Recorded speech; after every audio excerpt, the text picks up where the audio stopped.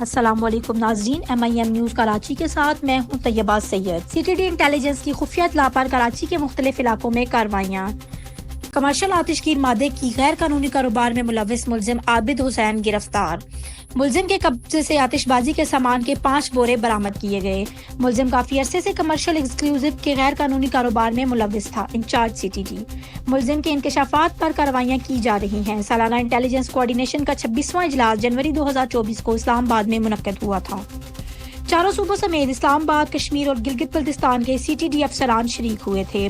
اجلاس میں ملکی سلامتی کی مجموعی صورتحال پر غور کیا گیا۔ ملکی سلامتی کو یقینی بنانے اور دہشت گردی کے واقعات کی روک تھام اور سدباب کے لیے فوری ہدایات جاری کی گئیں۔ انچارج CTD کمرشل آتش گیر مادے کی دہشت گردی میں استعمال کے خدشے کے پیش نظر خرید و فروخت کی مانیٹرنگ کرنے کا ٹاسک دیا گیا۔ IG سندھ کی جانب سے CTD انٹیلیجنس کراچی کو ٹاسک سونپا گیا تھا۔ انچارج CTD کمرشل ایکسکلوزیو کا کاروبار کا لائسنس متعلقہ DC آفس جاری کرتا ہے۔ آتش گیر مادے کے ذخیرہ کرنے کی سیفٹی کی شرائط اور مخصوص مقدار رکھنے کی بھی اجازت ہوتی ہے۔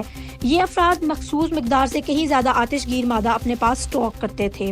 آتش گیر مادہ کی خرید و فروخت کا ریکارڈ نہیں رکھا جاتا۔